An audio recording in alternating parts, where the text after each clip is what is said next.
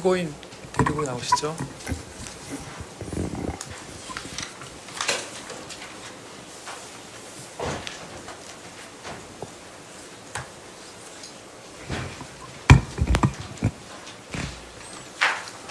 네, 자리에 앉으시죠.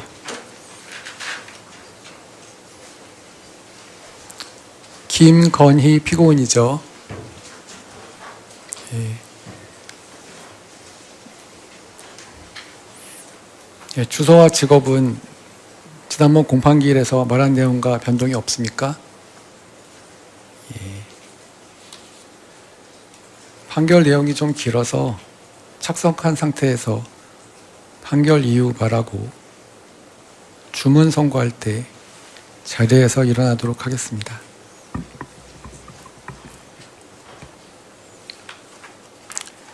예, 먼저 항소 이후의 요지 말하겠습니다. 원심 공소사실은 크게 세 개로 나뉩니다.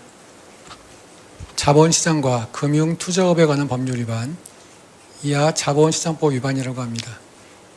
둘째, 정치자금법 위반, 셋째, 특정범죄 가중처벌 등에 관한 법률 위반, 알선수재, 이하 알선수재라고 합니다.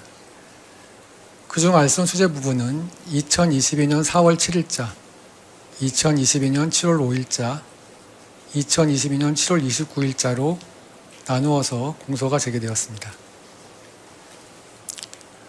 먼저 원심은 자본시장법 위반의 점에 관해서 무죄, 이유에서 면소, 정치자금법 위반의 점에 관하여 무죄, 2022년 4월 7일자 알선수재의 점에 관하여 무죄, 2022년 7월 5일자와 2022년 7월 29일자 각 알선수재의 점에 관해서 유죄로 판단하고 징역 8월 및 몰수, 추징을 선고했습니다. 이에 대해서 피고인의 항소 이유는 유죄가 선고된 2022년 7월 5일자와 2022년 7월 29일자 각 알선수재 부분에 관해서 사실 오인 및 법리오해, 또 양형이 너무 무겁다는 이유로 항소를 제기했습니다.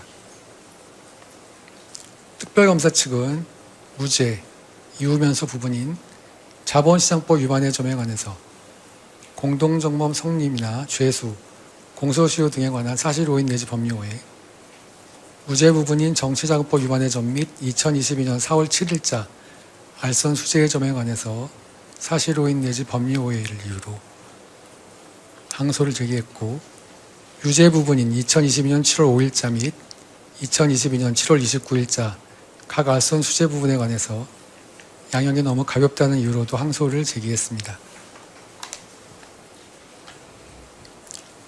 먼저 자본시장법 위반 및 자본시장법 위반 방조의 점에 관해서 보겠습니다.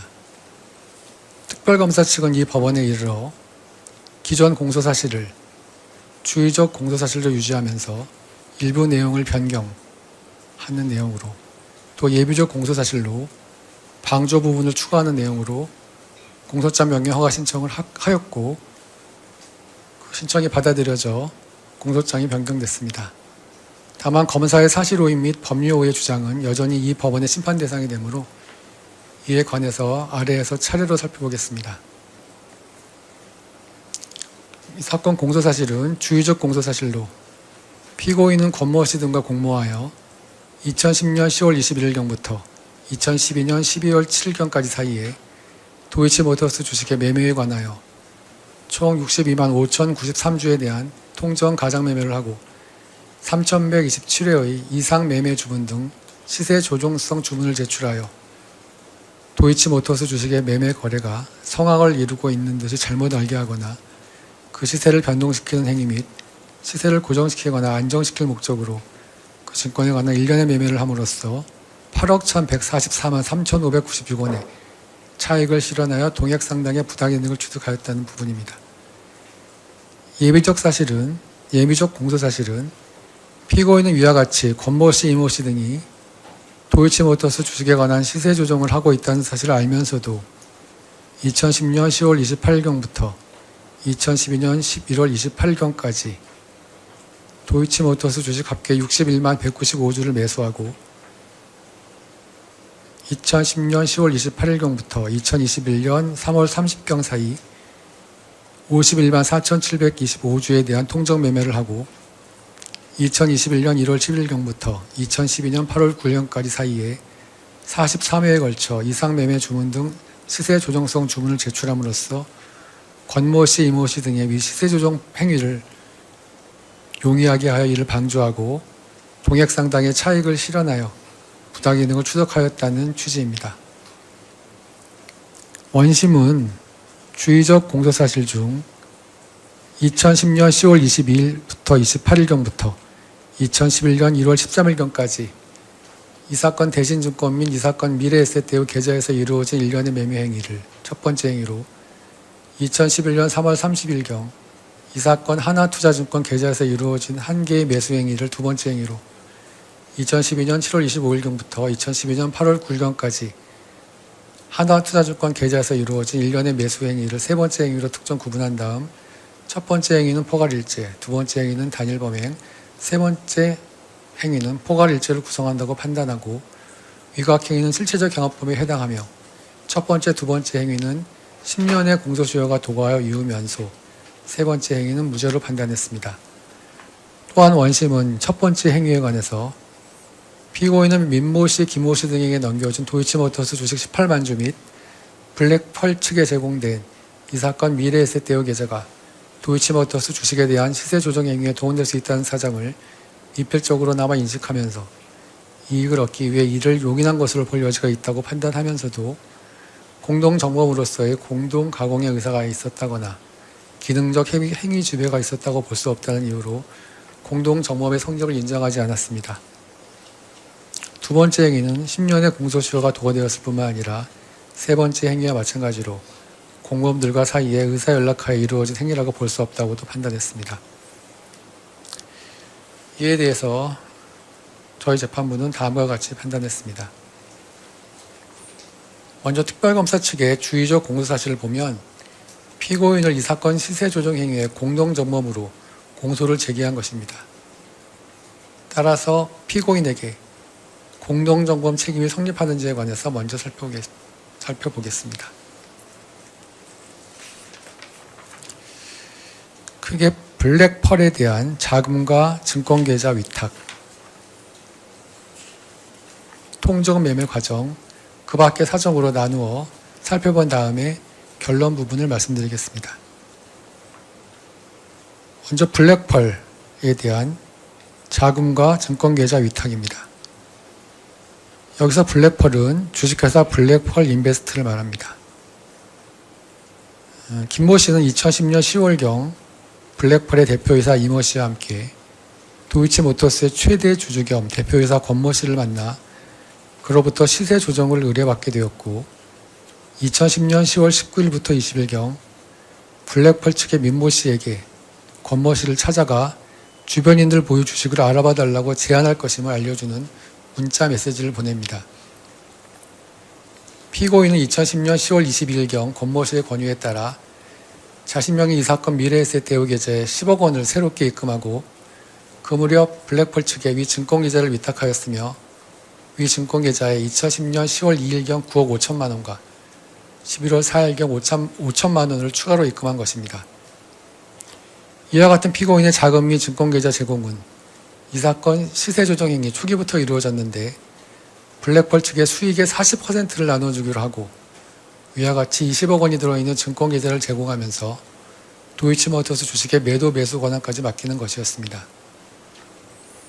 그런데 피고인은 이미 권모 씨와 친분을 가지고 있으면서 상장 이전부터 구 도이치모터스의 유상증자에 참여하기도 했던 사람으로 블랙펄을 거치지 않더라도 권모 씨로부터 직접 필요한 정보를 얻을 수 있었습니다. 피고인이 자연스러운 주가 상승을 기대하거나 미공개의 중요 정보를 이용한 주가 상승을 기대하였다면 블랙펄 측의 수익의 40%나 지급하기로 하고 1인 매매를 맡기지는 아니하였을 것입니다. 결국 피고인이 블랙펄 측의 수익의 40%를 지급하기로 한 것은 시장 상황에 따른 주가 상승 외에 블랙펄 측이 인위적으로 만들어내는 주가 상승에 대한 대가였을 가능성을 배제할 수 없습니다.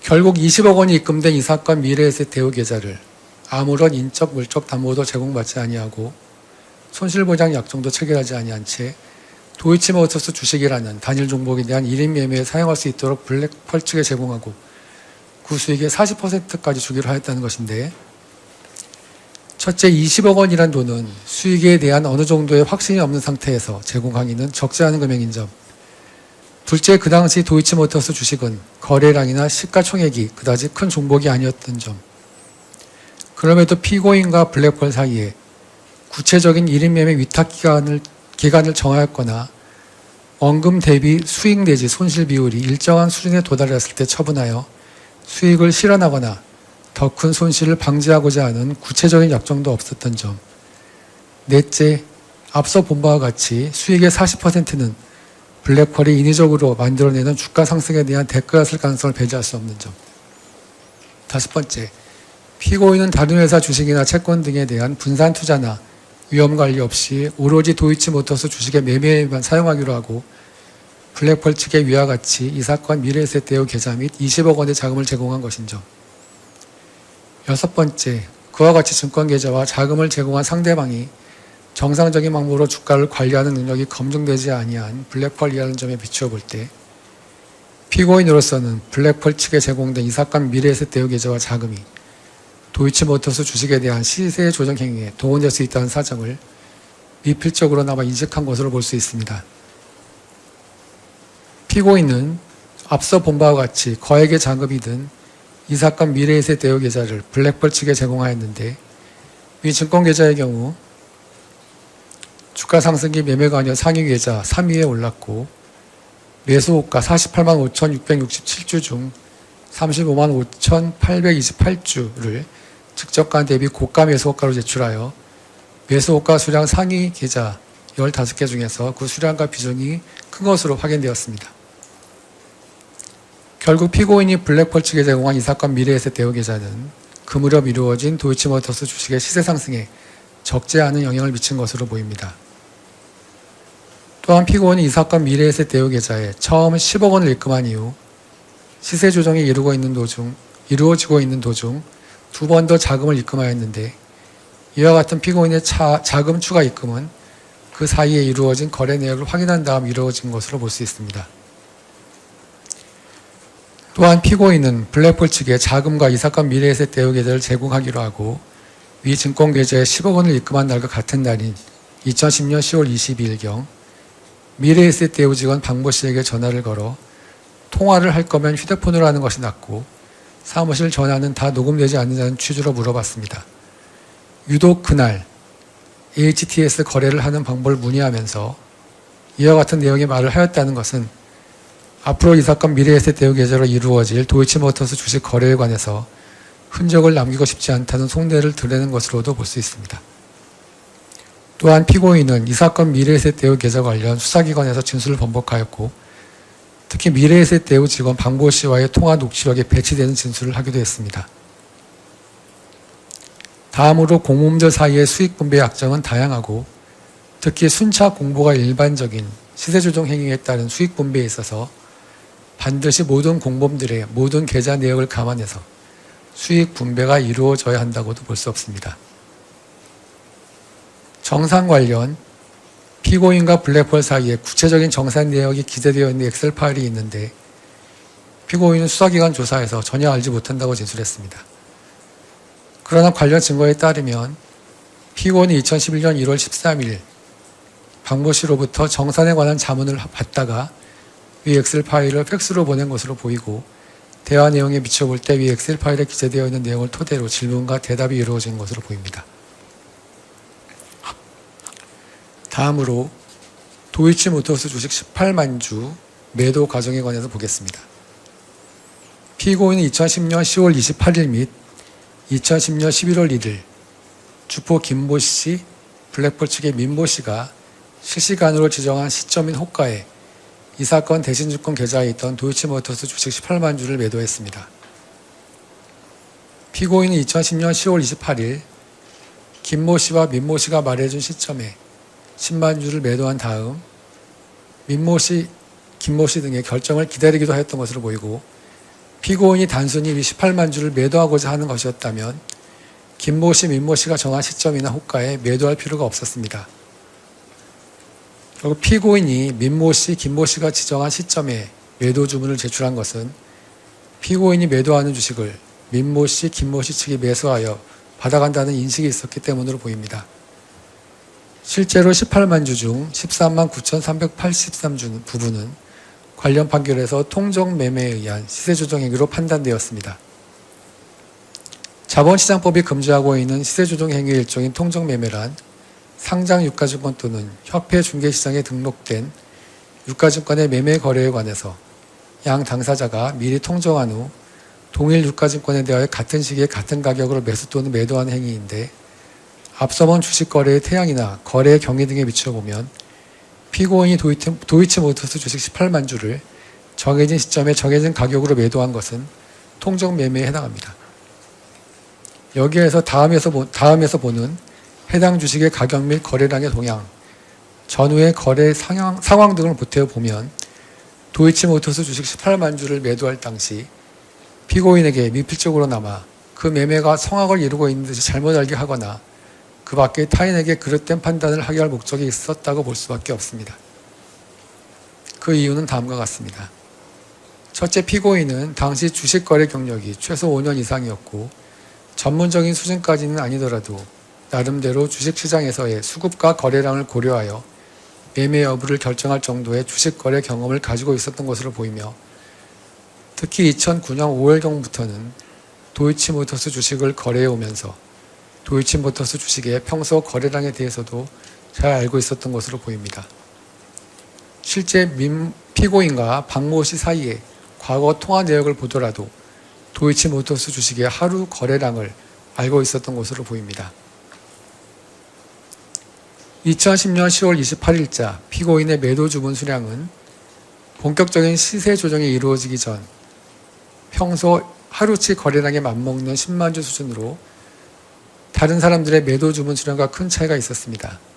또 매도 주문 가격 및 매수 주문 가격도 3,100원으로 동일하였습니다.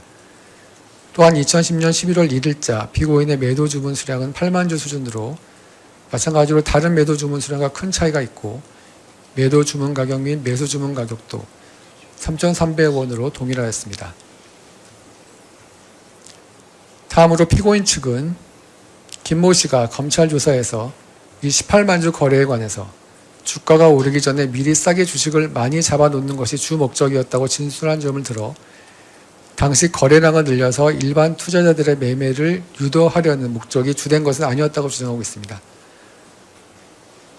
그러나 거래가 성황을 이루고 있는 듯이 오인하게 하거나 기타 타인으로 하여금 그릇된 판단을 하게 할 목적은 다른 목적과의 공존 여부나 어느 목적이 주된 것인지는 문제되지 않습니다. 또한 그 목적에 대한 인식 정도는 적극적 의혹이나 확정적 인식임을 요하지 아니하고 미필적 인식이 있으면 족합니다. 실제 김모 씨는 진술 과정에서 부수적이긴 하지만 시장에서 주식을 주고받으니 거래량이 늘어나는 효과가 있다는 취지로도 진술했습니다. 이모 씨의 검찰 진술 내용도 이에 부합하는 취지입니다. 다섯째, 또한 피고인 측은 2010년 10월 8일 하루 만에 27만 주를 처분한 점을 드나 도이치모터스 주식 18만 주를 매도한 것은 통정매매에 해당하고 피고인이 단순히 수익 실현을 위해서 27만 주를 매도한 것과는 구별되어야 합니다. 더구나 2010년 10월 8일자 주식 거래량은 무려 305만 2,105주에 이르고 305만 2,105주에 이르고, 이는 2009년 12월경부터 2012년 12월경까지 기간 중 최고 거래량에 해당됩니다. 결국 피고인은 시세 조정 행위에 도구될 수 있다는 사정을 인식하면서도 위 18만 주를 블랙풀 측에 제공하려 하였던 것일 뿐만 아니라 그중 13만 9,383주의 거래는 그 자체로 시세 조정 행위에 해당하는 통정 매매에 해당하고 피고인은 이에 가담한 것으로 보아야 합니다. 한편 도이치모터스 주식이 이 사건 대신증권 계좌에서 매도되는 사이에 이 사건 미래에셋 대우 계좌에서는 매수가 이루어졌는데, 피고인은 이 사건 대신증권 계좌에서 도이치모터스 주식이 매도가 이루어지고 있는 도중 이 사건 미래에셋 대우 계좌에서는 더 높은 금액으로 매수가 이루어지고 있던 사실을 얼마 지나지 않은 시점에 알게 되었던 것으로 보입니다. 주식 거래에 발생하는 손실을 예민하게 받아들이는 성향을 가지고 있던 피고인이 위와 같은 거래가 이루어지고 있다는 것을 방보 씨로부터 들으면서도 놀라거나 별다른 의문을 표시하지 않았고, 달리 블랙펄 측에 이의를 제기하였다는 사정도 기록상 나타나 있지 않습니다. 그 밖의 사정을 검토하겠습니다. 블랙펄 측은 피고인에게 2011년 1월 10일 및 2011년 1월 12일에 있었던 블록딜 거래의 구체적인 거래 조건이나 목적을 공유하지 아니한 것으로 보이고, 추가 수수료 공제에 따른 피고인과 블랙펄 측의 분쟁이 있었던 것도 사실입니다. 그러나 위와 같은 블록딜은 피고인과의 정산을 앞두고 이루어진 것으로 자신들의 거래 목적을 피고인이 알 경우 반대할 것으로 보여 알려주지 아니한 것으로 볼 수는 있으나, 다수의 공범이 순차적으로 가담하는 시세조정 범행의 특성상 공범들 사이에 정산대지 이익 배분을 앞두고 서로 속고 속이는 일이 드물지 않게 일어나는 이상 피고인에게 거래 목적을 그대로 알려주지 않았다 하여 그 이전부터 존재하였던 공범관계의 존재까지 부정할 수는 없을 것입니다. 정산 과정에서의 블랙펄 측과의 수수료 문제 등으로 인한 다툼 또한 이와 같은 공범들 사이의 이익 배분에 관한 다툼에 지나지 않는 것으로 보입니다. 한편 손모 씨는 관련 판결에서 주의적 공소사실인 자본시장법 위반의 점을 무죄로 판단되고 방조범의 성립만 인정되었습니다. 그런데 피고인은 위 손모 씨와 달리 적어도 2011년 1월 13일까지는 블랙펄 측의 지시나 요청에 아무런 이유 없이 따랐고, 블랙펄 측의 20억 원의 자금과 이 사건 미래에셋 대우 계좌 등을 넘겨주어 블랙펄 측이 매도 매수 주문을 할 수 있게 하였으며, 손모 씨의 경우 시세조정 세력으로부터 수익을 배부받는 것으로 보기 어려운 반면 피고인은 블랙펄 측과의 정산을 거쳐 그 수익을 받았고, 특히 도이치모터스 주식 18만 주 중 14만 9,383주를 통정매매 형식으로 블랙펄 측에 넘겨주어 시세조정 행위에 직접 가담하였는 바, 이와 같은 행위가 단순히 블랙펄 측의 시세조정 행위를 용이하게 한 것으로는 볼 수 없습니다. 또한 피고인 측은 김모 씨와 이모 씨 사이의 각 통화 내용을 등을 들어 피고인이 시세조정에 대한 인식이 없었고 오히려 시세조정 세력들에 의해서 피해를 입었다는 취지로 주장합니다. 그러나 그 내용을 전체적으로 살펴보면 그와 같은 통화가 이루어질 무렵 시세조정과 관련하여 피고인에 대하여 이루어지고 있던 여러 언론 매체의 추적 보도나 시민단체의 고발, 수사 등으로 자신들의 시세조정 범행이 드러나게 되고 그로 인하여 처벌받을 수 있다는 점에 관한 불안이나 위기감, 자신들을 끌어들인 권모 씨 등에 대한 불만 속에서 나온 대화로 주로 권모 씨를 비난하고 자신들의 책임이 없거나 미미하다는 취지입니다. 그와 같은 통화 내용만을 가지고 피고인의 이 사건 시세조정 범행 관여 정도를 가늠할 수 없습니다. 한편 피고인 측은 김모 씨가 피고인을 시세조정 세력 내부에 있는 자가 아니라 외부인으로 인식하였다는 근거로 김모 씨가 민모 씨나 연모 씨 등에게 보낸 문자 메시지를 지적하지만, 위각 문자 메시지의 경우 피고인과 블랙펄 사이에 2011년 1월 13일경 이루어진 정산 이후의 문자 메시지로서 그 이전에도 김모 씨가 피고인을 시세조정 세력 내부에 있는 자가 아니라 외부인으로 인식하였다는 근거가 될 수 없습니다.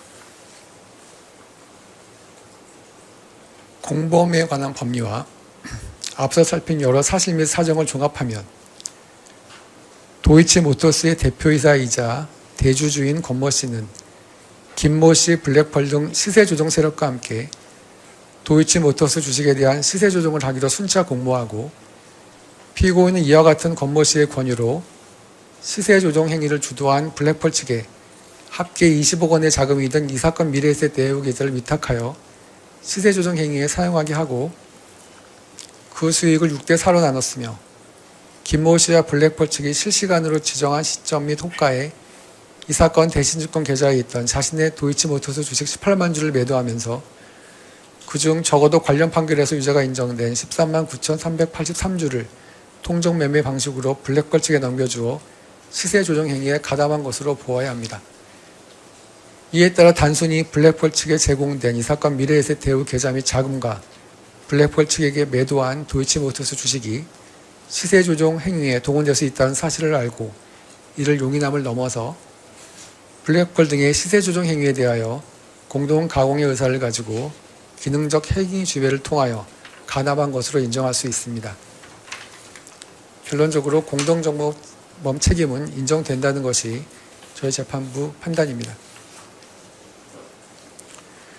다음으로 피고인에게 공동정범 책임이 인정되지 아니하거나 시세 조정 행위에 해당하지 아니하는 부분에 대해서 말씀드리겠습니다.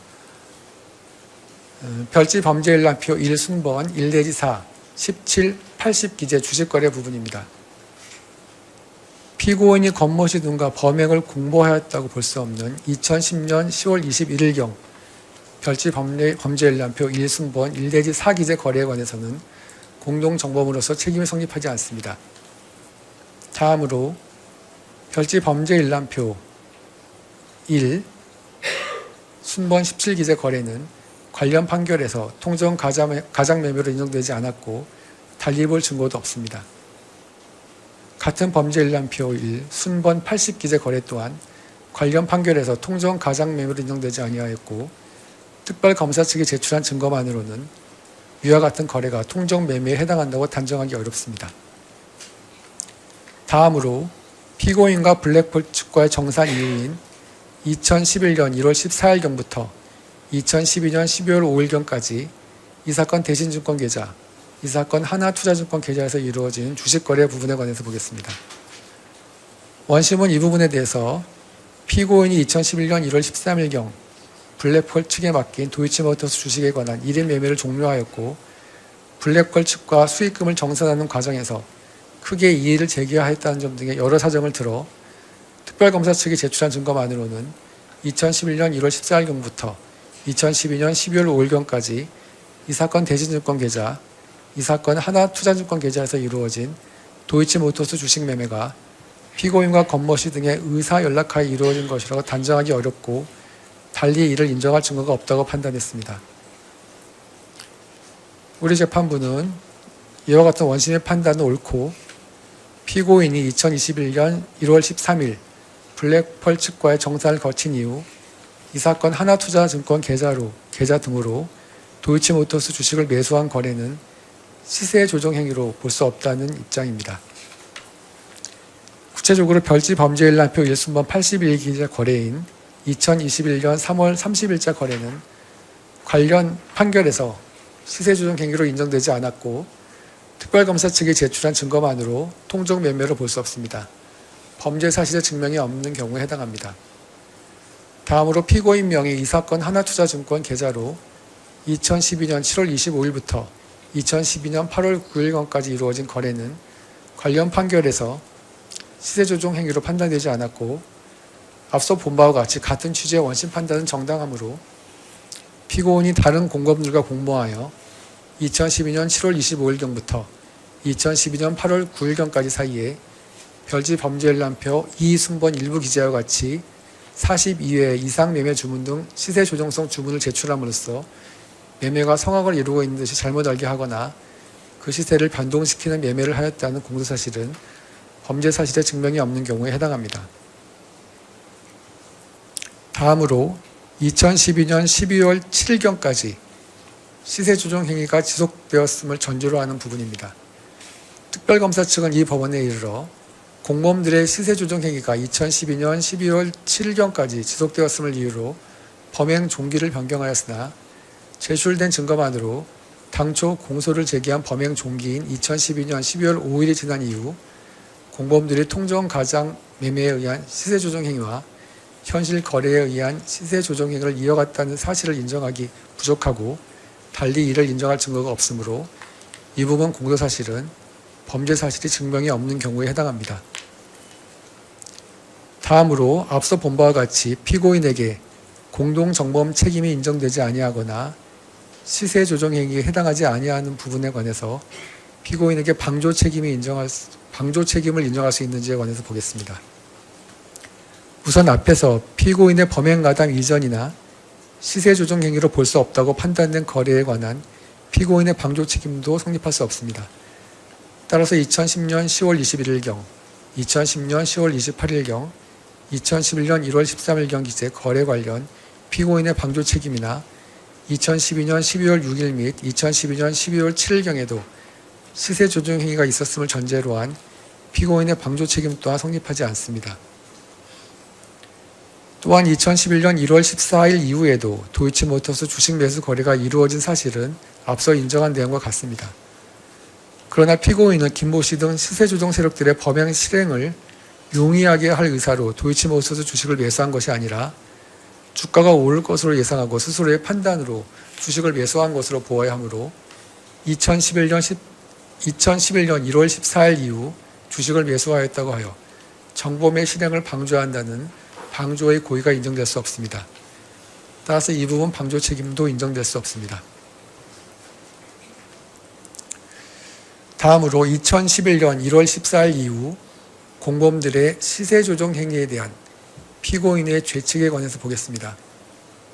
공동정범은 범죄 행위 시에 그 의사의 연락이 묵시적이거나 간접적이거나를 불문하고 행위자 상호 간에 주관적으로 서로 범죄 행위를 공동으로 한다는 공동 가공의 의사가 있으므로 성립하고, 범죄의 실행을 공모하였다면 다른 공모자가 이미 실행 행위에 착수한 이후에는 그 공모관계에서 이탈하였다고 하더라도 공동정범의 책임을 면할 수 없으며, 나아가 다른 공범의 범행을 중지하게 하지 아니한 이상 자기만의 범위를 철회 포기하여도 중지미수로서 인정될 수 없습니다.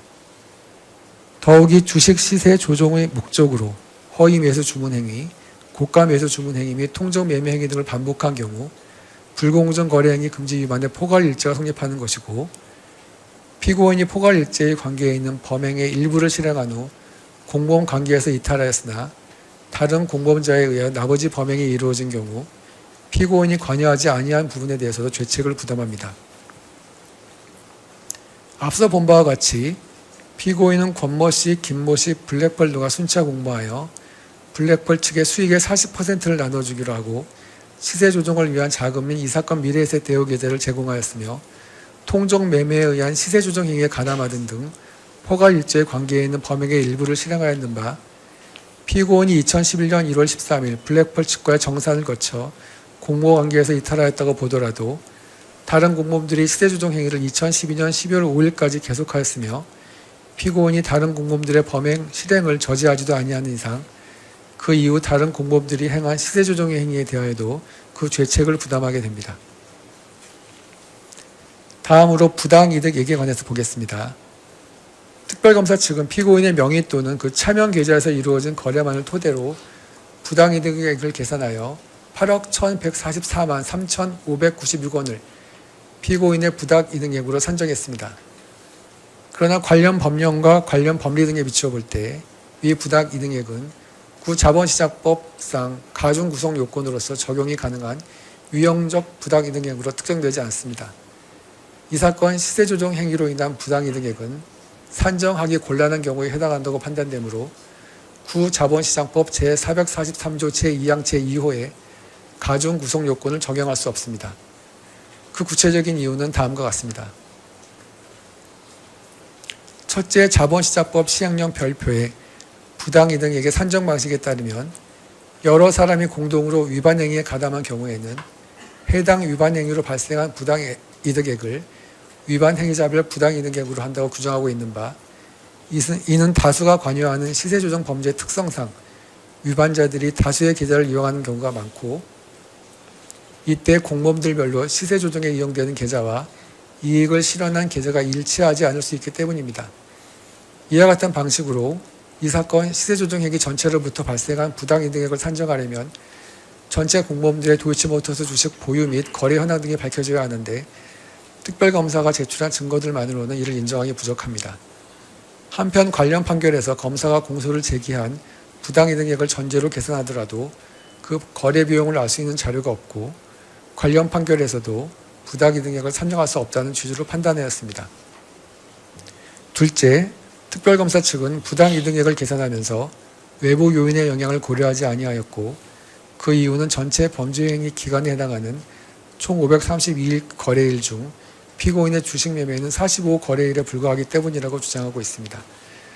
그러나 피고인이 주식을 매도한 시기 중 2010년 10월경부터 2011년 1월경은 외부 요인의 영향을 가장 많이 받은 시점이었습니다.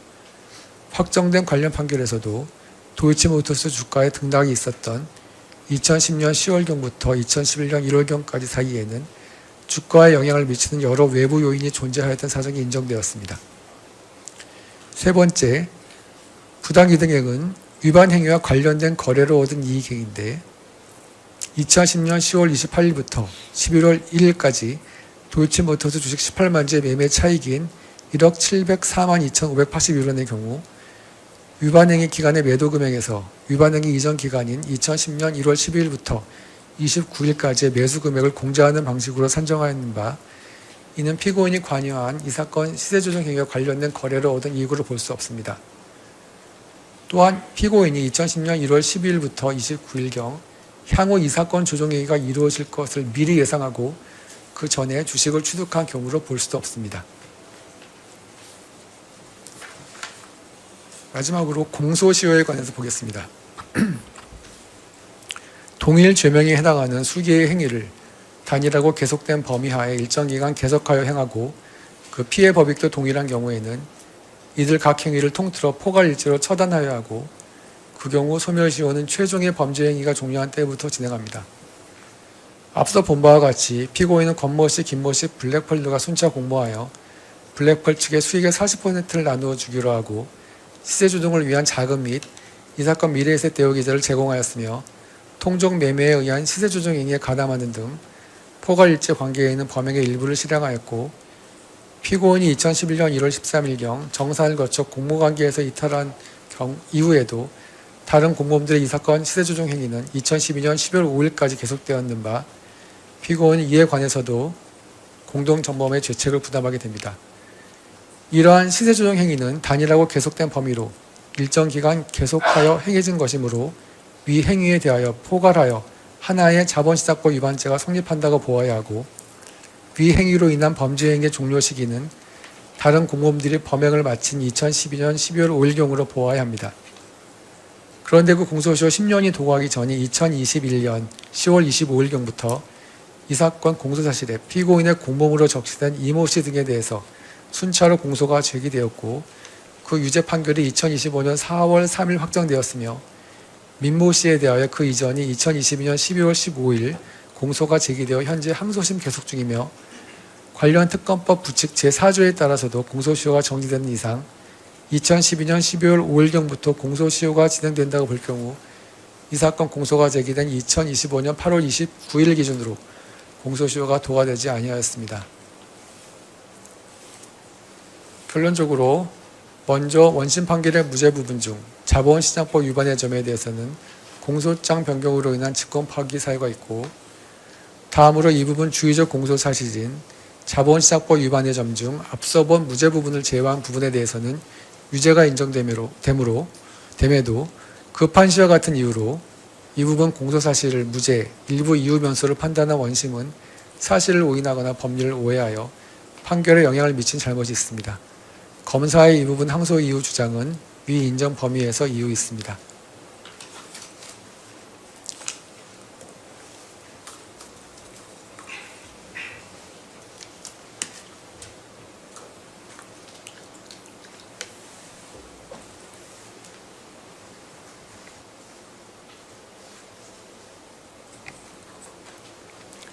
다음으로 정치자금법 위반의 점에 관해서 보겠습니다. 마찬가지로 공소장 변경으로 인한 직권 판단입니다. 특별검사 측은 이 법원에서 피고인의 정치자금법 위반의 점에 관해서 피고인의 관여 부분을 구체화하는 내용의 공소장 변경 허가 신청을 하였고 이 법원이 이를 허가함으로써 심판 대상이 변경되었습니다. 다만 특별검사의 사실오해 및 법리오해의 주장은 변경된 공소사실의 범위 내에서 여전히 이 법원의 심판 대상이 됩니다. 변경 후 공소사실의 요지를 말씀드리겠습니다. 명태균은 2021년 6월 18일경 윤석열을 위한 대선 여론조사를 실시하여 피고인 부부에게 무상으로 제공하기로 상호 협의하고 2021년 6월 26일경부터 2022년 3월 1일경까지 사이에 공표용 여론조사 36회, 2021년 8월 13일경부터 2022년 3월 8일경까지 사이에 비공표용 여론조사 총 22회를 실시하고 그 결과를 공표하거나 피고인 등에게 전달하는 방법으로 피고인 부부에게 합계 2억 7,440만 원 비용 상당의 여론조사를 무상으로 제공하였고, 피고인과 윤석열은 위와 같은 여론조사를 무상으로 제공받았으며, 이와 같이 피고인은 윤석열과 공모하여 정치자금법이 정하지 아니한 방법으로 명태균으로부터 정치자금을 기부받은 것이라는 취지로 공소가 제기되었습니다. 원심은 명태균이 무상으로 여론조사 결과를 피고인 부부에게 제공하였고, 그 대가로 피고인 부부가 영향력을 행사하여 김영선이 국회의원 선거 공천을 받은 것이 아닌가 하는 의심이 가나, 아래와 같은 사정에 비추어 보면 명태균이 피고인 부부에게 전속적으로 제공하기 위하여 여론조사를 실시한 것이 아니라 자신이 운영하던 미래한국연구소의 영업활동의 일환으로 정기적으로 실시하던 여론조사 결과를 피고인 부부를 비롯하여 여러 사람들에게 배포한 것으로 보일 뿐이어서, 이를 두고 피고인 부부가 여론조사 비용 상당의 재산상 이익을 취득한 것으로 볼 수 없다고 보아 이 부분 공소사실을 무죄로 판단했습니다. 원심이 무죄로 판단한 근거로 둔 사정을 간단하게만 말씀드리면 다음과 같습니다. 첫째, 피고인이 명태균이 운영하는 미래한국연구소 또는 여론조사 기관인 PNR과 여론조사에 관해서 계약을 체결한 사실이 없다. 둘째, 여론조사의 실시 여부 및 방법, 여론조사 결과의 공표나 배포 등에 관해서 명태균이 피고인의 지시를 받았다고 인정할 증거가 없고, 오히려 명태균이 여론조사 수행 방식, 공표 여부 및 배포 상대방 등을 정한 것으로 보인다. 셋째, 명태균은 피고인 부부를 만나기 전부터 미래한국연구소의 비용으로 여론조사를 실시하고 있었고, 이와 같이 미래한국연구소의 비용으로 여론조사를 실시한 이유는 그 홍보 효과를 통해 명태균 또는 미래한국연구소가 스스로 얻는 이익이 있었고, 명태균 스스로의 정치적 성향에 기인하여 자발적으로 여론조사를 실시할 동기도 있었던 것으로 보인다. 넷째, 명태균은 이미 지방자치단체 관련 선거에서 입후보하려는 예비 후보자들이나 그 여론조사를 의뢰한 사람들로부터 받은 돈으로 여론조사 비용을 충당한 것으로 보인다.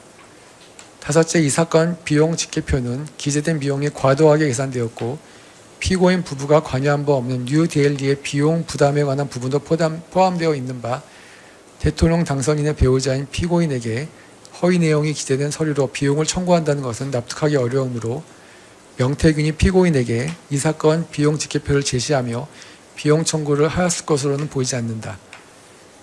여섯째, 피고인 부부가 여론조사의 대가로 김영선의 공천을 약속하였다면 명태균이 지속적으로 연락하여 재차 김영선의 공천을 부탁할 이유가 없고, 김영선의 공천은 국민의힘 공천관리위원회에서 위원들 사이에 토론을 거쳐 투표에 의해 결정된 것으로 보이며, 공천은 피고인의 선물이라는 취지의 명태균의 발언은 평소 그의 발언 등에 비추어 그대로 믿기 어려우므로 여론조사의 대가로 김영선에 대한 공천을 약속한 것으로 단정하기 어렵다. 마지막으로 피고인이 정치활동을 하는 자인 윤석열의 당선을 도왔다고 하더라도 그것만으로 피고인이 정치자금법상 정치활동을 하는 자에 해당한다고 볼 수 없고, 공소사실만으로는 피고인의 기능적 행위 지배가 무엇인지 파악할 수 없다는 등의 이유를 들었습니다. 이에 대해서 우리 재판부는 다음과 같이 판단을 했습니다. 여론조사 비용은 정치활동에 소요되는 비용, 즉 정치자금으로 볼 수 있고, 무상으로 여론조사를 제공하는 것은 이와 같은 정치자금을 부담하거나 지출하는 경우 또는 그 밖의 이익을 제공하는 경우에 해당합니다. 정치활동을 하는 자로부터 의뢰를 받거나 그와 협의하에 무상으로 여론조사를 해주는 경우 여론조사 비용 상당의 정치자금을 기부한 것으로 보아 정치자금법 위반죄가 성립할 수 있으나, 정치활동을 하는 자로부터 의뢰를 받거나 그와의 협의 없이 본인 또는 소속된 단체의 정치적 목적이나 영업 등을 위하여 일방적으로 여론조사를 실시하거나 미리 예정된 여론조사를 그대로 실시하는 경우에는 그 결과를 제공하거나 제공받았다 하여 여론조사 비용 상당의 정치자금을 기부하거나 기부받는 것으로 볼 수 없고, 그러한 행위를 통해 자신이 정치자금법 등이 정하지 아니하는 방법으로 정치자금을 기부하거나 기부받는다는 점에 대한 범위도 인정될 수 없습니다. 앞서 본 바와 같이 원심이 든 여러 사정, 다만 다음에서 본 바와 같이 원심이 든 일부 사정은 무죄 판단의 근거로 삼지 않습니다. 게다가 원심 및 이 법원이 적법하게 채택할 조사 증거에 따라 인정되거나 그로부터 쉽게 추산되는 아래와 같은 사정을 보태어 보면, 원심이 그 판시와 같은 이유를 들어 명태균이 피고인 부부에게 제공하기 위하여 여론조사를 실시한 것이 아니라 자신이 운영하던 미래항공연구소의 영업활동의 일환 또는 그 스스로의 정치적 성향에 기인하여 실시한 여론조사의 결과를 피고인 부부를 비롯하여 여러 사람들에게 배포한 것으로 보일 뿐이어서 이를 두고 피고인 부부가 여론조사 비용 상당의 재산상 이익을 취득한 것으로 볼 수 없다고 봐 이 부분 공소사실에 대해서 무죄로 판단하는 것은 결론적으로 수긍할 수 있고 여기에 사실을 오인하거나 법리를 오해하여 판결에 영향을 미친 잘못은 없습니다. 첫째, 피고인이 2021년 6월 18일경 명태균을 만나 여론조사를 의뢰하였다거나 상호 협의하고 이를 윤석열에게 전달하였으며 이에 따라 명태균이 2021년 6월 26일경부터 이 사건 여론조사를 실시한 것으로 볼 수 있는지에 관해서 봅니다. 먼저 이 부분 공소사실은 명태균이 정치활동을 하는 자인 피고인 부부에게 여론조사를 무상으로 제공하였다는 취지이므로 여론조사 관련 계약서의 작성 여부는 정치자금법 위반죄 성립과 직접적인 관련이 없습니다. 따라서 여론조사 관련 계약의 체결이나 계약서가 작성되지 아니하였다고 하여 정치자금법 위반죄가 성립하지 않는다고 볼 수는 없습니다. 그런데 앞서 인정한 바와 같이 머니투데이는 미래한국연구소와 공동으로 2021년 4월 18일경부터 2021년 7월 3일경까지 11차례에 걸쳐서 제20대 대통령 선거에 대한 여론조사를 진행한 후 이를 공표하였습니다. 실제로 위 기간 동안 제작된 여론조사 보고서의 제목은 정례조사 결과 보고서입니다. 명태균은 이와 같이 여론조사 실시계획이 이미 수립되어 여론조사가 진행 중이던 2021년 6월 16일 조모 씨, 김모 씨와 함께 한모 씨를 만났고 한모 씨를 통해 2021년 6월 18일경 피고인을 만난 것입니다. 이와 같이 그 만남 당시 이미 여론조사가 예정되어 있었던 데다가 당시 명태균이 피고인을 만난 주된 목적은 윤석열과 김종인의 만남을 주선하기 위함이었던 것으로 보이고 그렇다면 명태균의 언행에 관한 주관적 판단이나 추측의 주된 내용인 원심 증인 강모 씨, 김모 씨 등의 각 진술 등 제출된 증거만으로 당시 피고인이 명태균에게 여론조사를 의뢰하였다거나 여론조사에 관해서 상호 협의하고 피고인이 이를 윤석열에게 전달하였다고 인정하기 부족하고 달리 이를 인정할 증거가 없습니다. 다음으로 여론조사 표본 추출 방식 변경에 관해서 검토하겠습니다. 이 사건 여론조사 중 국민의힘 대통령 후보 최종 경선 결과 발표일인 2021년 12월 5일 이전까지 이루어진 여론조사와 관련하여 그 이전에 이루어진 여론조사에 비하여 표본 추출 방식상 윤석열에게 유리한 여론조사가 실시된 것은 사실입니다. 그러나 명태균과 윤석열 사이의 2021년 7월 14일자 문자 메시지는 여론조사 표본 추출 방식을 설명하는 것일 뿐 그와 같은 사정만으로 그 무렵 윤석열 또는 피고인이 명태균에게 그와 같은 표본 추출 방식에 대한 여론조사를 의뢰하였거나 그와 같은 여론조사 실시에 관해서 협의를 한 것으로 볼 수 없습니다. 또한 위와 같이 문자 메시지를 전송하기 이전인 2021년 7월 3일자 머니투데이와 여론조사 당시 이미 여론조사 방식은 유선전화 10% 방식으로 변경되어 유선전화 비율이 일부 증가되었습니다. 머니투데이가 공동 진행을 중단함에 따라 명태균은 뉴데일리와 예정된 여론조사를 진행하였는데 그 과정에서 여론조사 방식이 유선전화 15% 방식으로 변경된 것으로 보입니다.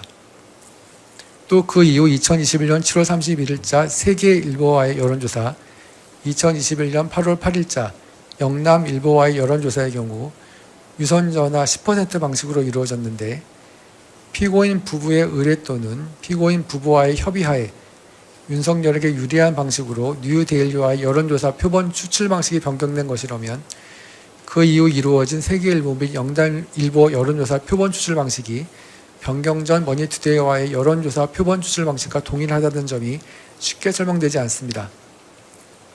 더욱이 2021년 12월 14일자 시사경남과의 여론조사의 경우 무선전화 100% 방식의 표본 추출 방식이 다시 사용되었고 프라임 경제신문과의 여론조사의 경우에도 무선전화 100% 방식으로 이루어지다가 유선전화 10% 방식으로 변경되기도 하였습니다.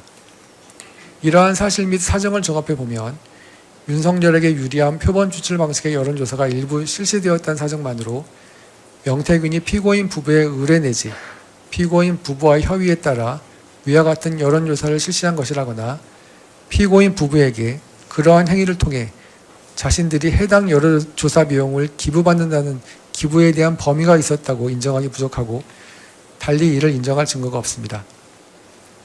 세 번째, 피고인 부부와 명태균 사이에 오고 간 문자 메시지 등에 관해서 보겠습니다.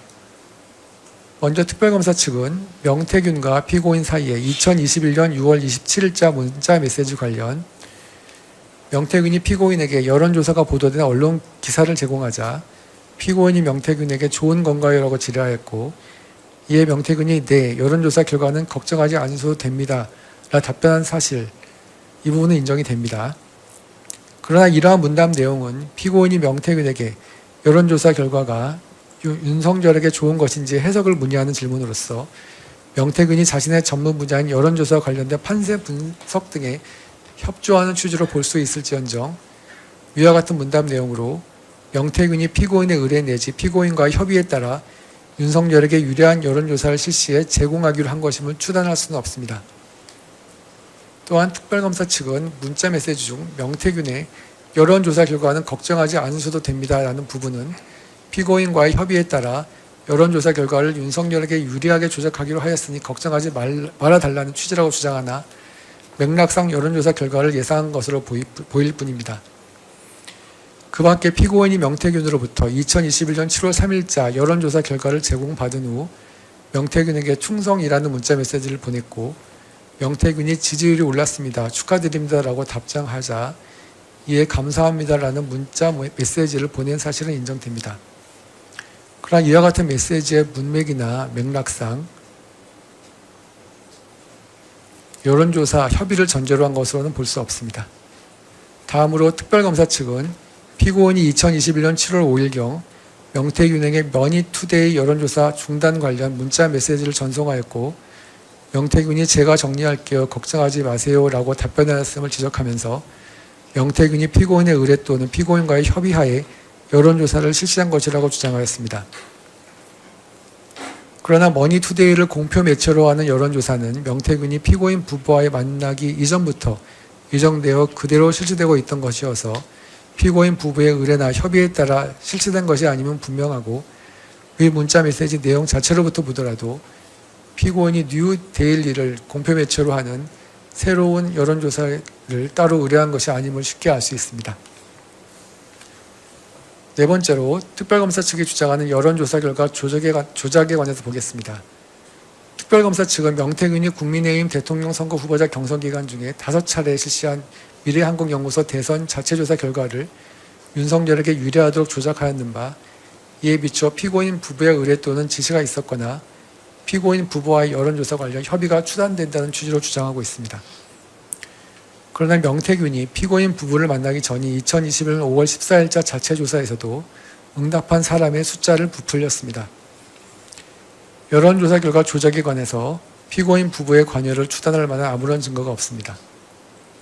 결국 피고인이 자신과 정치적 이해관계를 같이 하는 김영선에 대한 공천요구 관철 등의 목적을 달성하고 자신의 정치적 영향력 확대 등을 위해서 앞서 본 표본 추출 방식 변경과 함께 표본값을 부풀리고 응답자 중 특정 연령 또는 성별의 응답 비율을 높이는 방식으로 산출된 결과값을 수정하였을 가능성도 배제할 수 없습니다. 다음으로 5번째, 공표용 여론조사 및 대선 면밀조사의 실시 경위에 관해서 보겠습니다. 앞서 인정한 바와 같이 명태균은 피고인 부부와 만나기 전인 2021년 4월 18일경부터 미래한국연구소를 통하여 대선 관련 여론조사를 정기적으로 실시하여 이를 머니투데이를 통해 같은 해 7월 3일경까지 11차례 공표하였고 다음으로 뉴데일리와 다시 계약을 체결한 다음 총 17번의 여론조사를 실시하여 뉴데일리를 통해서 공표하였는데 뉴데일리를 통해 공표된 여론조사도 원래 머니투데이를 통해 정기적으로 공표하려 하였던 것으로 피고인 부부를 만나기 이전부터 이미 예정되어 있었던 것입니다. 또한 명태균은 14건의 여론조사를 실시하여 프라임 경제신문을 통해 그 결과를 정기적으로 공표하기도 하였습니다. 이와 같은 언론사와 함께 진행한 여론조사 중 상당수는 대략 일주일의 간격을 두고 정기적으로 이루어졌습니다.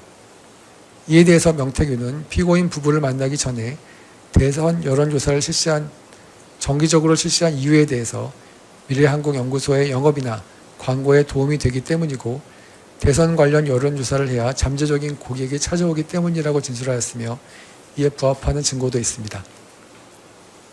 다음으로 앞서 인정한 바와 같이 관련 증거에 따라 보면 미래한국연구소는 2022년 2월 28일경부터 2022년 3월 8일경까지 9차례에 걸쳐 대선 면밀 조사를 실시하였습니다. 위 각 여론조사 결과는 당시 국민의힘 당대표이던 이준석에게 공표, 보도 불가 자료로 전달된 것으로 보이는데 위 각 여론조사는 상당한 비용을 들여서 실시되었습니다.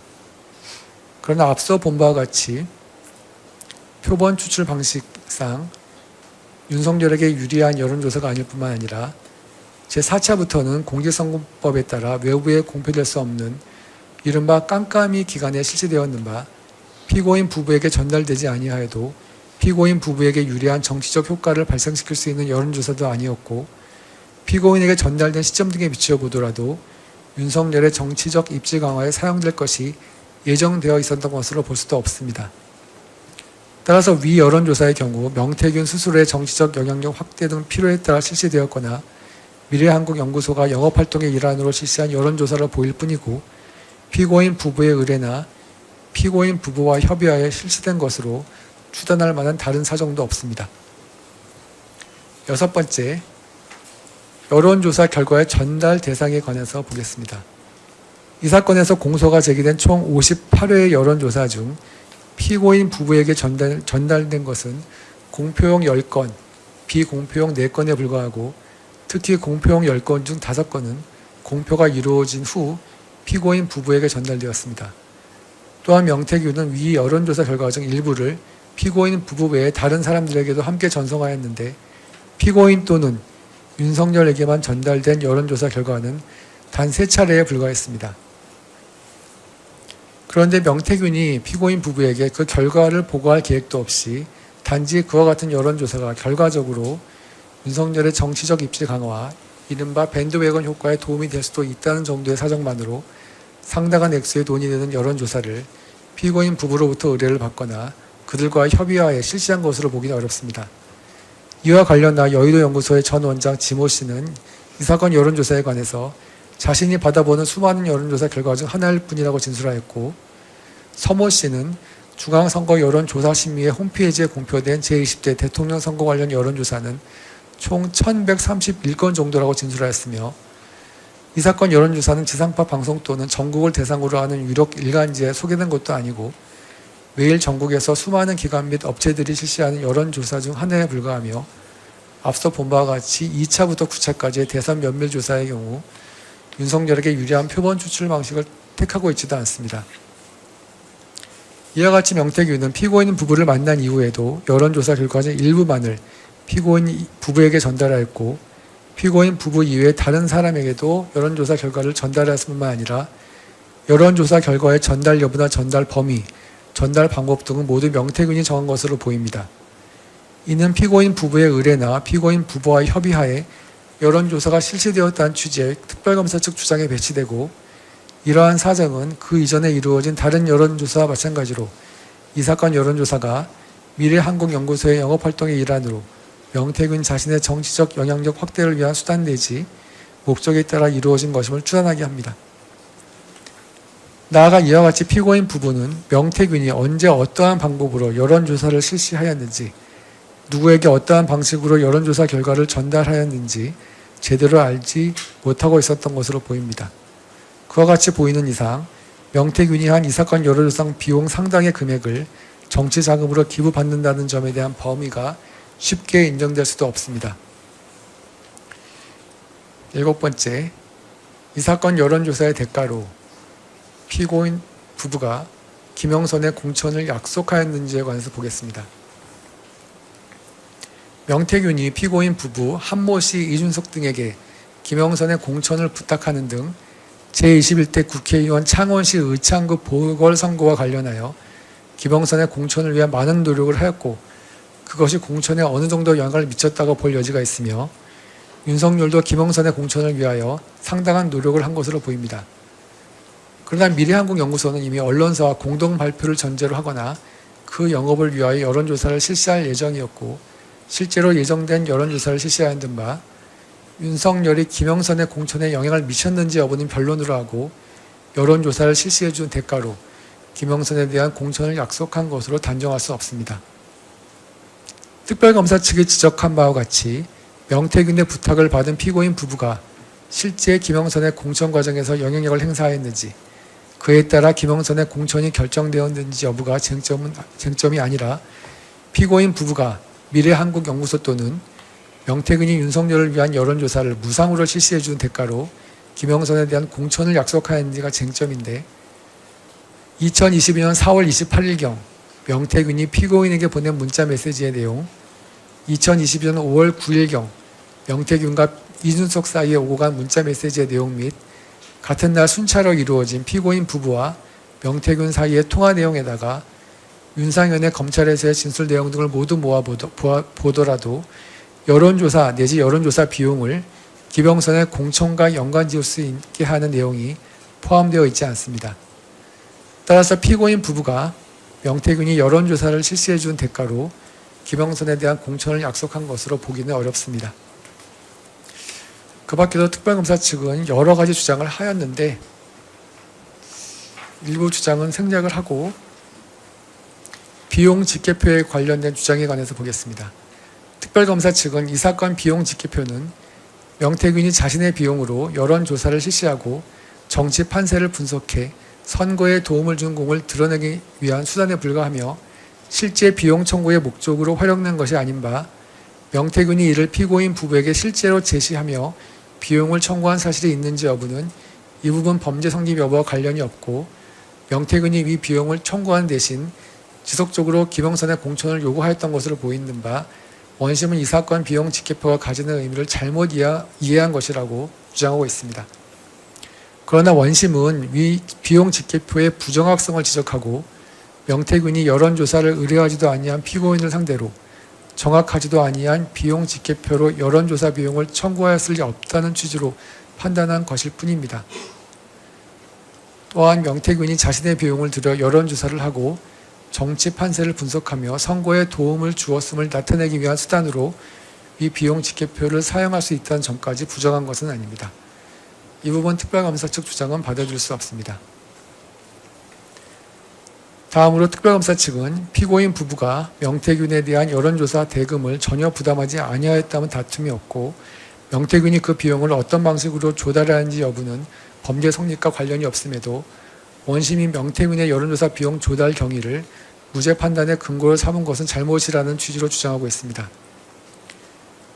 정치자금법 위반죄에 있어서의 기부는 어디까지나 이를 수령하는 정치행위를 하는 사람이 그 이익을 무상으로 향유하는지가 기준일 뿐 기부행위를 하는 자가 정치행위를 하는 사람이 아닌 다른 사람으로부터 이와 같은 기부의 반대급부를 수령하였는지 여부는 정치자금법 위반죄의 성립이나 범의 인정과 직접적인 관련이 있다고 보기는 어렵습니다.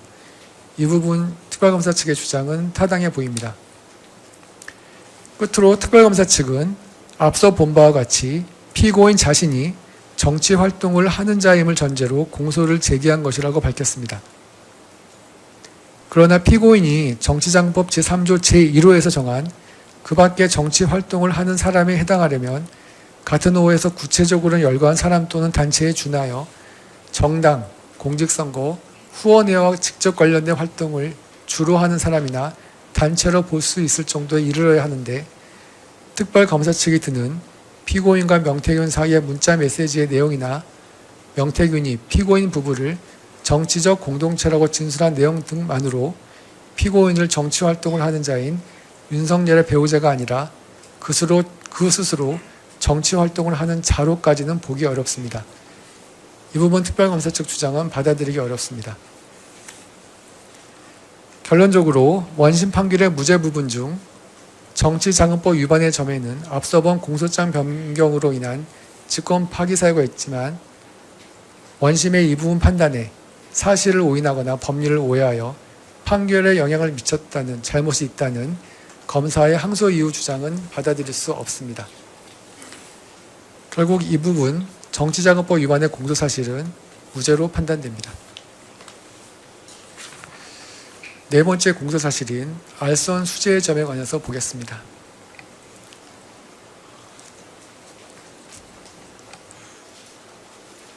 세 번째 공소사실입니다. 세 번째 공소사실인 알선 수재의 점에 관해 보겠습니다. 이 부분 공소사실을 보면 피고인은 전모 씨와 공모하여 대통령 등 공무원의 직무에 속한 사항에 관하여 청탁 또는 알선을 한다는 명목으로 윤모 씨로부터 2022년 4월 7일 802만 원 상당의 샤넬 가방 등을 수수하고 2022년 7월 5일경 1271만 원 상당의 샤넬 가방 등을 수수하며 하였으며 2022년 7월 29일경 6,220만 원 상당의 그라프 목걸이를 수수하여 총 3회에 걸쳐 합계 8,293만 원 상당의 금품을 수수하였다는 취지입니다. 관련된 법리를 보면 막연한 기대감 속에 금품 등을 교부하고 금품 등을 수수하는 자 역시 공여자가 그러한 기대감을 가지고 금품 등을 교부하는 것이라고 짐작하면서 이를 수수하였다는 정도의 사정만으로는 알선 수재죄가 성립한다고 볼 수 없으나 반드시 알선의 상대방인 공무원이나 그 직무의 내용이 구체적으로 특정될 필요는 없고 청탁 또는 알선을 한다는 명목은 금품이나 이익을 수수하는 사람 사이에 묵시적으로 존재하여도 무방하며 수수하는 금품이 알선 행위에 대한 대가로서의 성질을 가진다는 사정을 피고인이 미필적으로라도 인식하면서 묵인한 채 이를 수수한 것으로 볼 수 있으면 알선 수재죄의 범위는 충분히 인정이 됩니다. 2022년 4월 7일자 알선 수재의 점에 관해서 보겠습니다. 원심은 피고인이 2022년 4월경 자신에게 샤넬 가방 등이 전달될 당시 그 물건이 어떠한 청탁과 관련하여 공유된 것인지에 대한 인식은 없었던 것으로 보이고 2022년 4월 23일경부터 전모 씨로부터 문자 등을 전달받은 이후 청탁의 구체적인 내용을 인식하게 된 것으로 보이는 바 청탁이 존재한다고 볼 수 없으므로 청탁의 존재를 전제로 하여 알선의 명목으로 금품을 받은 것으로 볼 수 없다고 판단하였습니다. 이에 따라 이 부분 알선 수재의 점을 무죄로 판단하였습니다. 우리 재판부의 판단입니다. 먼저 전모 씨라는 별도의 전달 창구가 있는 상태에서 2022년 3월 30일경 윤모 씨와 피고인 사이에 최초로 이루어진 통화에서 명시적인 청탁 내용이 없었는 것은 오히려 자연스러운 측면도 있습니다. 전모 씨가 피고인에게 윤모 씨가 큰일을 상의하기 위한 비밀 만남을 요청한다는 말을 전달한 것은 2022년 4월 23일경이며 유엔 제5사무국 유치를 의논하고 싶다는 말을 전달한 것도 2022년 4월 30일경이긴 합니다. 그러나 피고인이 2022년 4월 7일경 전모 씨를 통하여 윤모 씨로부터 고가의 가방 등을 전달받을 당시 그 청탁이 곧바로 명시적으로 구체적으로 이루어질 것임을 전제로 이미 윤모 씨에게 통일교의 사업을 위하여 대통령의 직무에 속하는 사항에 관하여 정부의 협조를 구하고자 하는 묵시적인 청탁 의사가 존재함을 알았던 것으로 보이고 실제 2022년 4월 23일경 윤모 씨의 의사가 전달되기도 한 이상 단지 향후 친문관계 형성에 대한 막연한 기대감 속에서 시가 800만 원이 넘는 위 가방 등의 교부 수수가 이루어진 것으로 볼 수는 없습니다. 구체적인 이유는 다음과 같습니다. 첫째, 2022년 4월 7일 이전에 유엔 제5사무국 한국 유치 등과 관련한 통일교 측의 구체적인 현안이 있었고 이미 윤석열 당선자에게 그와 같은 사실이 전달된 상태이기도 하였는 바 윤모 씨에게는 이미 그 무렵부터 통일교의 사업을 위하여 대통령의 직무에 속하는 사항에 관하여 정부의 협조를 구하고자 하는 의사가 있었습니다. 그러한 가운데 피고인 또한 2022년 대선 과정에서 통일교 측에서 소속 교회, 학교나 기업 등 산하단체를 동원하여 윤석열이 대통령에 당선될 수 있도록 지원을 한 사실을 잘 알고 있었고 이에 따라 윤모 씨와의 2022년 3월 30일째 통화에서 수차례에 걸쳐서 통일교가 대선에 도움을 준 사실에 관해서 감사의 뜻을 표시하였으며 한학자 총재를 직접 만나 감사 인사를 하겠다는 취지로 말하였습니다. 세 번째, 피고인은 위 통화에서 자신이 윤모 씨에게 건 전화번호가 자신이 비밀리에 사용하는 번호라고 말한 다음 의견 줄 것 있으면 위 번호로 꼭 연락달라고 하였습니다. 이는 윤모 씨나 통일교 측의 청탁을 염두에 둔 것으로 볼 수 있고, 실제 윤모 씨는 당시 피고인에게 연락 올리는 영광을 달라고 하였으며, 이에 대해 피고인은 전화 못 받으면 당일 꼭 연락하겠다고까지 말했습니다. 이는 단순한 인사치레로 보긴 어렵고, 피고인의 경우 통일교 차원에서 새로운 정부에 대한 협조를 바라는 입장이었던 반면, 윤모 씨의 경우 통일교의 사업을 위하여 그 남편인 윤석열에 대한 피고인의 적극적인 영향력 행사를 바라는 입장이었으며, 상대방의 의사를 서로 잘 알고 있었던 것으로 보입니다. 네 번째, 전모 씨 또한 2022년 3월 30일경 통일교 측의 이모 씨에게 은혜를 갚지 않으면 안 된다고 피고인에게 말하였고, 피고인이 납득했다는 취지로 말하였습니다.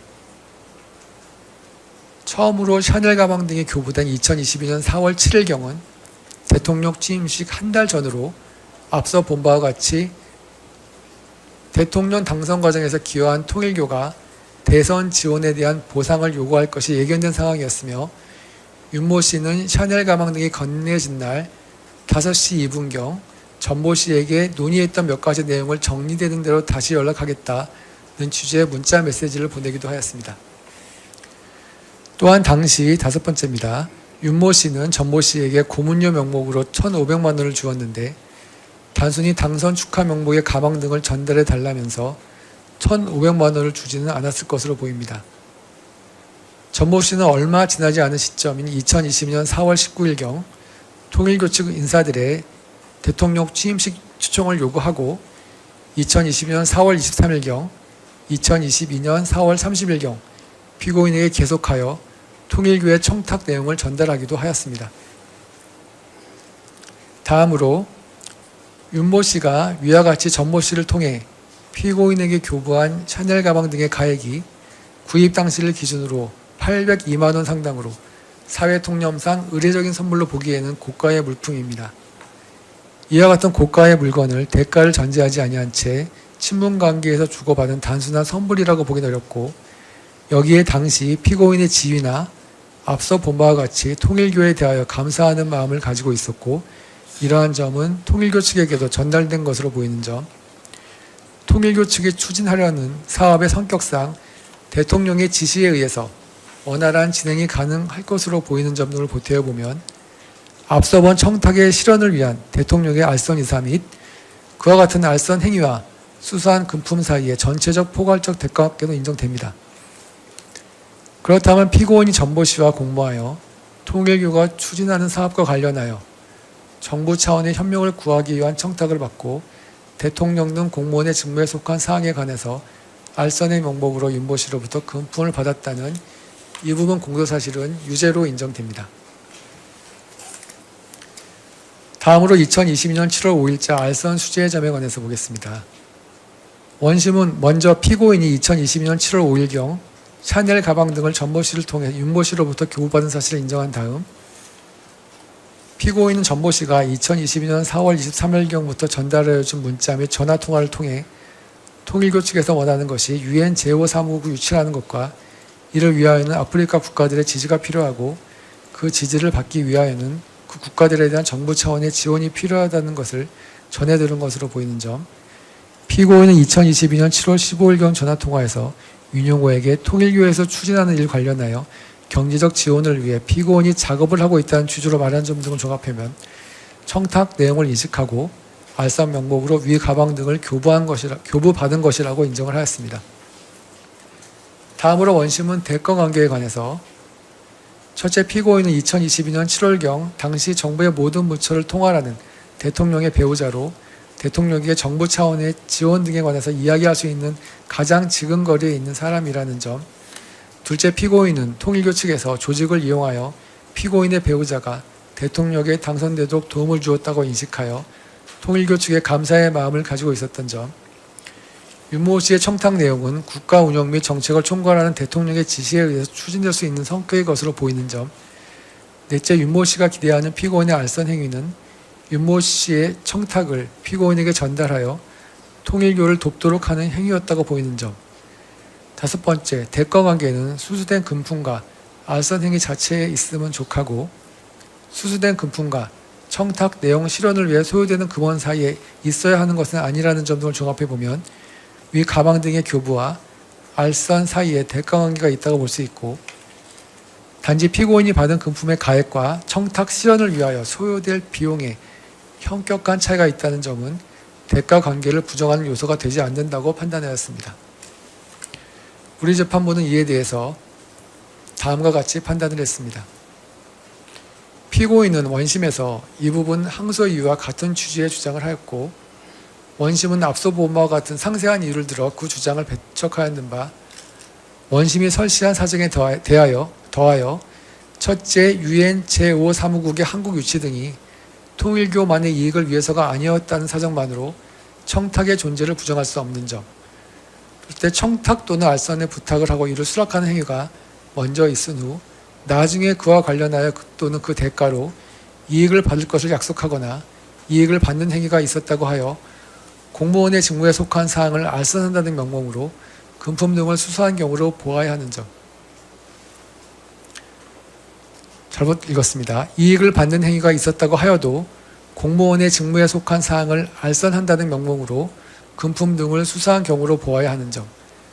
셋째, 피고인이 대통령인 배우자 윤석열에게 위와 같은 청탁을 전달하지 않았더라도 알선 수재죄가 성립할 수 있는 점 등을 보태어 보면 원심의 이 부분 판단은 정당한 것으로 수긍할 수 있습니다.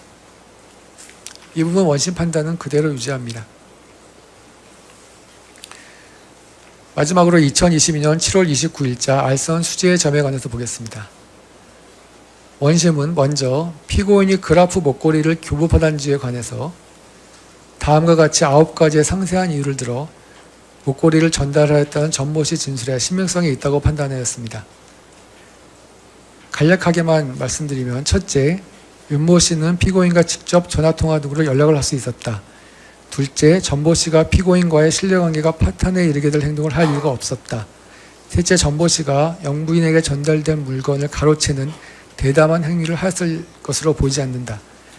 넷째, 전모씨는 피고인으로부터 가방, 구두, 목걸이 등을 함께 돌려받아 자신의 집에 함께 보관하고 있었다고 진술하였다. 다섯 번째, 2022년 8월 5일 전모씨가 윤모씨에게 보낸 당분간은 조심해야 될 듯요 라는 문자는 피고인이 2020년 6월경 해외 순방에서 착용하였던 목걸이가 구설수에 올랐기 때문에 선물 수수 등에 관해서 조심해야 될 필요가 있다는 취지이다. 여섯 번째, 윤모씨가 목걸이에 대한 개런티 카드 제공에 대하여 전모씨가 별 관심을 보이지 아니한 이유는 개런티 카드가 중요하지 않다고 생각해서였을 뿐이었다는 점. 다음으로 전모씨는 수사기관에서 목걸이를 피고인에게 전달하지 못했다는 취지로 진술하였으나 이는 피고인의 사주에 따른 허위 진술로 보인다. 여덟 번째, 윤모씨의 2023년 11월 29일경 11시 22분경의 문자는 전모씨를 흘려보려는 의도로 보낸 것으로 보인다. 아홉 번째, 목걸이가 담겨있는 쇼핑백의 크기나 쇼핑백 속의 내용물에 대한 진술에 다소 다른 점이 있더라도 이는 시간의 경과에 따른 기억의 일실에 의한 것으로 보인다는 점입니다.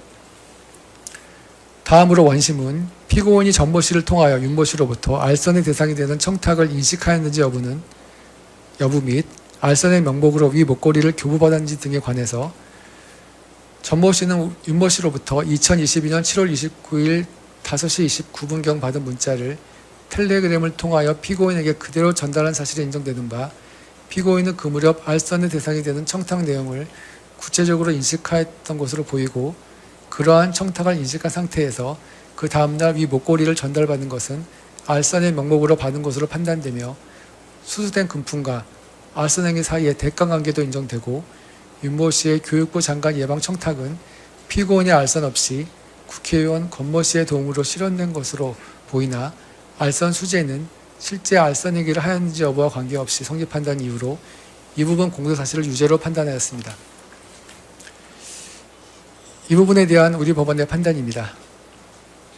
원심이 설시한 상세한 사정에 더하여 원심이 적법하게 채택하여 조사한 증거에 따라 인정되는 전모씨의 진술 번복 경위, 윤모 씨가 2023년 11월 29일경 전모 씨에게 문자 메시지를 보낸 이후의 경과, 특히 윤모 씨의 현안 실현을 위한 다른 경로가 존재하고 그럼에도 재차 반환 요구나 사이가 악화되었다는 증거를 찾아볼 수 없는 점, 목걸이의 가액이 6천만 원을 초과한다는 점의 사정만으로 그 대가관계를 쉽게 부정할 수 없는 점 등의 여러 사정을 보태어 보면 원심의 이 부분 판단은 정당한 것으로 결국 수긍할 수 있습니다.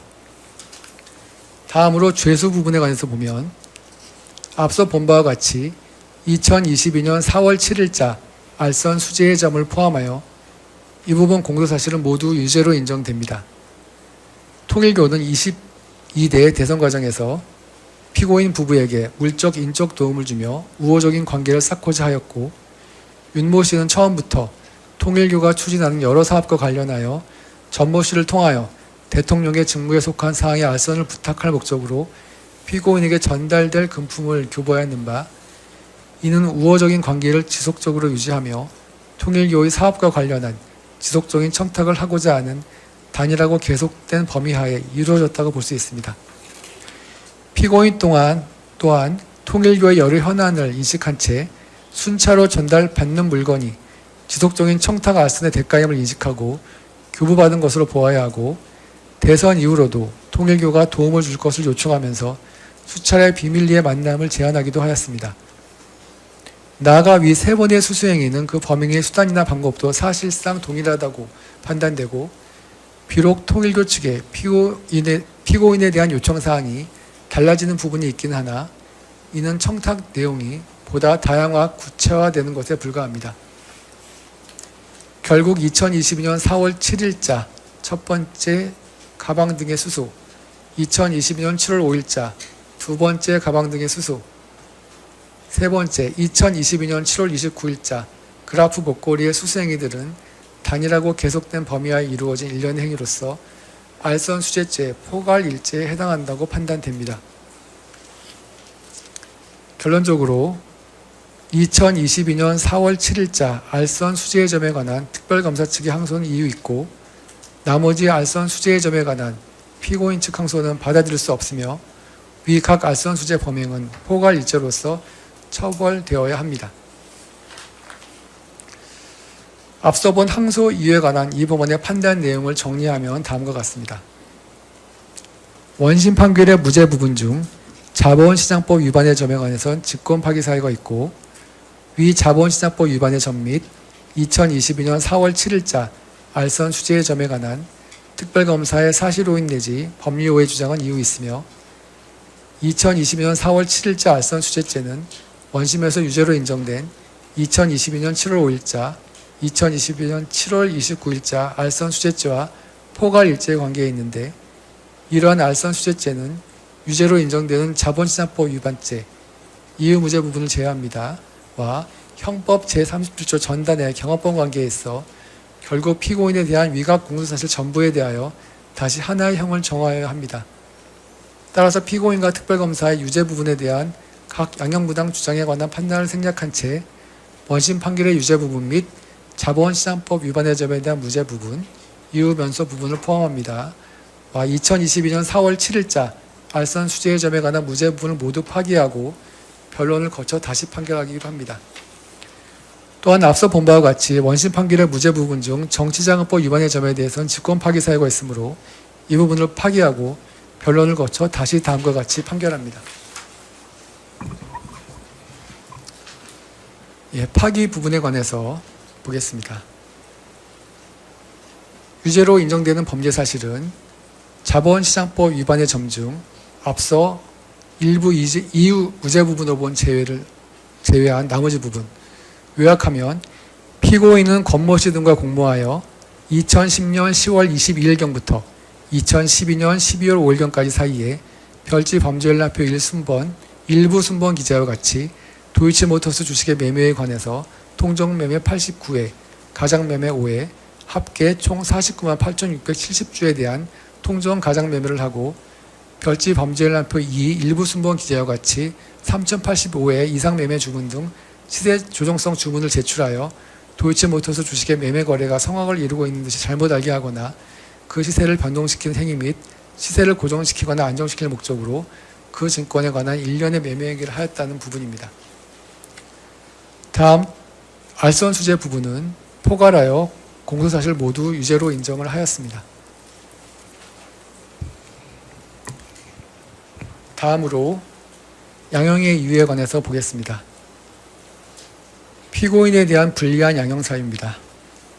자본시장법 위반 부분은 시세조정으로 인한 자본시장법 위반죄는 주식시장에서의 수요와 공급에 따른 공정한 가격 형성을 방해하여 건전한 주식시장의 육성 및 발전을 저해할 뿐만 아니라 주식시장의 공정성, 투명성을 심각하게 훼손하고 자본시장을 교란하며 선의의 피해자, 특히 일반 투자자들로 하여금 예측하지 못한 손해를 입게 하는 것으로서 경제 질서를 해치는 중대한 범죄 행위에 해당합니다. 또한 이 사건 시세조정 범행은 다수인의 공모와 조직적 실행행위 분담에 따라 여러 계좌를 동원하여 상당한 기간에 걸쳐 이루어졌습니다. 피고인은 이 사건 시세조정 범행에 필요한 거액의 자금 및 증권계좌를 제공하고 통정매매에 의한 시세조정 행위에 가담하였음에도 죄책을 인정하지 않고 변명으로 일관하고 있습니다. 비록 관련 법령에 따른 부당이능액이 특정되지는 않지만 피고인을 포함한 공범들은 이 사건 시세조정 범행으로 적지 않은 이익을 얻은 것으로 보입니다. 다음으로 알선 수재 부분에 관해서 보겠습니다. 대통령은 헌법상 국가의 원수이고 외국에 대하여 국가를 대표할 뿐만 아니라 행정부의 수반으로 중앙행정기관의 장을 지휘감독하여 정부의 중요 정책을 수립하고 추진하는 등 행정 업무를 총괄하는 직무를 수행하는 사람입니다. 대통령의 배우자는 이와 같이 광범위한 권한이 부여되어 있는 대통령에 가장 가까운 자리에서 조언을 할 수 있는 위치에 있어서 그 영향력이 클 뿐만 아니라 그 스스로도 대통령과 함께 나라를 대표하는 상징적인 존재로서의 의미를 갖습니다. 그렇기 때문에 대한민국 정부 수립 이후에 오랜 기간 대통령의 배우자에게 영부인이라는 호칭을 부여하고 있기도 합니다. 일반 국민들은 대통령의 배우자에게 대통령 못지않은 청렴성과 도덕성을 요구하고 있고 이는 헌법이 부여하고 있는 대통령의 막중한 지위에 비추어 보더라도 결코 지나친 요구라고 보기 어렵습니다. 그럼에도 피고인은 윤석열 전 대통령의 배우자로서 오히려 그 지위를 이용하여 판시 범죄사실 기재와 같이 알선 수재 행위를 하였고 그로 인한 국정의 투명성과 국가정책의 공정한 집행에 대한 국민의 신뢰가 훼손되었을 뿐만 아니라 대통령의 배우자에 대한 국민의 기대를 저버렸습니다. 그로 인한 국론의 분열과 국민의 갈등도 심각한 수준에 이르렀습니다. 피고인이 수수한 금품의 가액이 상당하고 비록 금품을 반환하였으나 일부는 수수한 금품을 교환하는 것으로 그 반환 시점과 반환 경위 등에 비춰볼 때 유리한 정상으로 삼을 수는 없습니다. 다음으로 피고인에게 유리한 양형사유, 유리한 정상에 관해서 보겠습니다. 첫째, 별다른 범죄 전력이 없습니다. 자본시장법 위반 부분 관련해서 이 사건 시세조정 범행의 경우 경제적 측면에서 다소 성공적이지 못하였던 시세조정으로 볼 수 있고 시장 질서에 심각한 교란이 발생하였다까지는 보기 어려운 측면도 있습니다. 피고인은 범행을 주도하거나 계획하거나 지휘한 것으로 볼 수 없고 미필적 인식하에 범행을 범한 것으로 보이며 범행에 직접적으로 가담한 기간도 비교적 짧습니다. 또한 해당 기간 주가 변동을 모두 시세조정 세력이나 피고인의 책임으로 돌리기는 어려워 보입니다. 블록들 과정에서 피고인의 증권계좌가 이용당한 측면이 있고 특히 공범들이 관련 판결에서 선고받은 형량 또한 고려하지 않을 수 없습니다. 특히 범행을 주도한 것으로 보이는 이모, 김모, 권모씨 등에게 징역형의 집행유예가 선고된 바 있습니다. 다음으로 알선 수재 부분 관련 금품의 수수를 피고인이 먼저 적극적으로 요구한 사실이 없고 피고인이 윤모씨의 청탁을 배우자인 대통령에게 전달하여 그 청탁을 실현시키려고 하였던 정황은 발견되지 않습니다.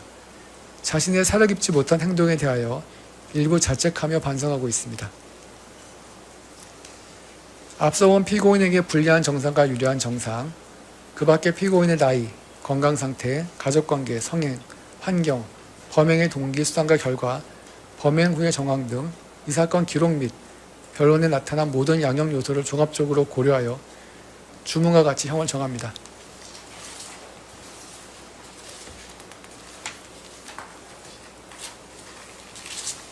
피고인 잠깐 자리에서 주문. 원심 판결 중 유죄 부분과 자본시장과 금융투자업에 관한 법률 위반의 점에 대한 무죄 부분, 이유면서 부분 포함 및 2022년 4월 7일자 특정범죄 가중처벌 등에 관한 법률 위반, 알선 수재의 점에 대한 무죄 부분을 모두 파기한다. 피고인을 징역 4년 및 벌금 5천만 원에 처한다. 피고인이 위 벌금을 납부하지 아니하는 경우 20만 원을 1일로 환산한 기간 피고인을 노역장에 유치한다. 피고인으로부터 압수된 그라프 목걸이 1개를 몰수한다. 피고인으로부터 2,094만 원을 추징한다. 위 벌금 및 추징금의 상당한 금액의 가남을 명한다. 원심 판결 중 정치자금법 위반의 점에 대한 무죄 부분을 파기한다. 이 사건 공소사실 중 정치자금법 위반의 점은 무죄. 피고인 이 판결에 대해서 일주일 내에 대법원에 상고할 수 있고 상고장은 이 법원인 서울고등법원에 제출하면 됩니다. 피고인 무죄 부분에 대해서 일간지 등에 공시되기를 원하시나요? 특별한 의견 없으신가요? 예. 형사보상 안내문은 받아가도록 하시면 됩니다. 이상으로 판결 선고를 마치겠습니다. 피고인은 천천히 퇴정하시고, 방청인들께서도 질서 정연하게 퇴정하여 주시기 바랍니다.